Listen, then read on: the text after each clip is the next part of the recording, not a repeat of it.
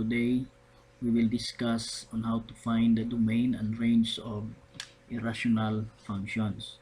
So when we say domain, all possible x values of function. So x values, tandaan, to find the domain, so that is the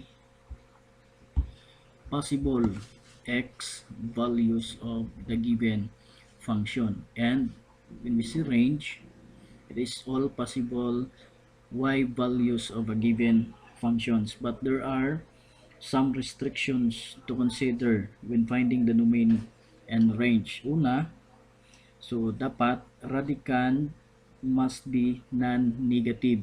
So pag yung given natin is may radical sign, so dapat ang value ng radicand is always greater than or must be equal to 0. So non-negative numbers. Kasi pag negative, automatically that is imaginary numbers. That is first restriction. Ang kaduha or number 2, the denominator must not be equal to 0. So kasi pag yung denominator natin is equal to 0, so that is undefined. Automatically the given function is undefined kasi nga yung denominator natin is 0. So let's try another or example number 1. Tingnan natin. So we have y equals x minus 5 over x plus 2. We will find the domain and the range of the given rational function. So domain, the x possible x values of a function, but to find the domain, ang domain natin, nakafocus na tayo sa denominator. So dito, pag rational function, dapat nakafocus lang tayo sa denominator if ang hinahanap natin is domain. But tandaan, tingnan natin yung given if it is factorable or not. So in this case, x minus 5 over x plus 2, hindi naman ito factorable. So meaning, automatically, ma-identify natin yung domain natin. So dito na tayo naka-base sa denominator. So ang denominator natin is x plus 2. So ang denominator natin is x plus 2. Denominator, that is x plus 2. So equate lang natin sa 0. So that is x equals negative 2. So how to find the domain? So ang domain natin is, it is the set of all x or the set of all value of x such that x is not equal to negative 2. So ito na yung domain natin.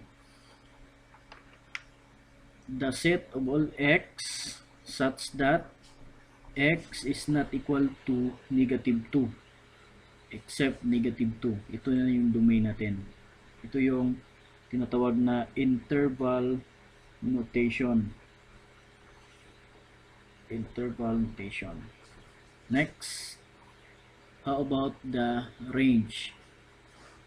So to find the range, that is the y values of a function. So ang given natin is y equals x minus 5 over x plus 2. But first, we need to find the inverse of this given function. So to find the inverse of this function, so we have interchange x and y. So si y magiging x, then si x magiging y. So magiging y minus 5 over y plus 2. Then solve for y in terms of x. Then i-cross multiply natin yan. So that is x times y plus 2 equals y minus 5. Then distribute natin ito. So x times y, that is xy, plus x times 2, that is 2x, equals y minus 5. Then ilipat natin yung negative 5 sa kabila dito in the left side of this equation.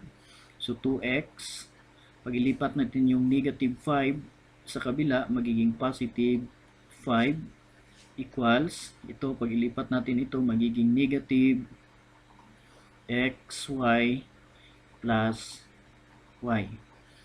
Then 2x plus 5, then if ito i-factor natin, ano yung common sa kanila? So ang common is y.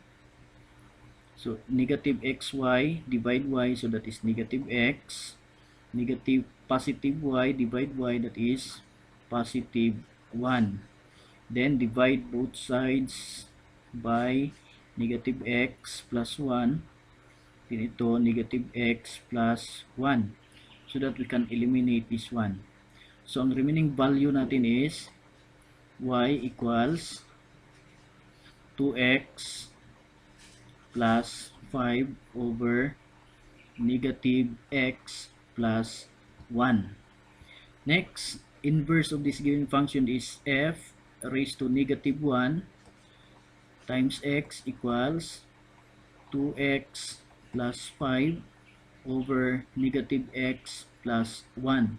So to find the range, kasi ito na yung inverse, ang range natin is mag-base na rin tayo sa denominator. Ito, denominator.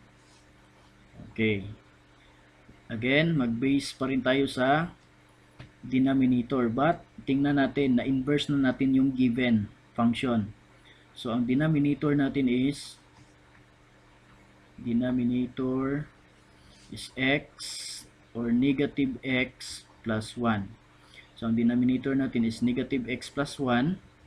So, pag i-equate natin yan, so that is, so, ito, erase muna natin ito. So, negative x plus 1 equals 0.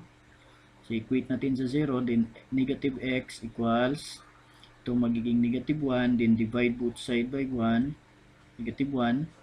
Eliminate, so x equals negative or positive 1. So ito na yung value natin,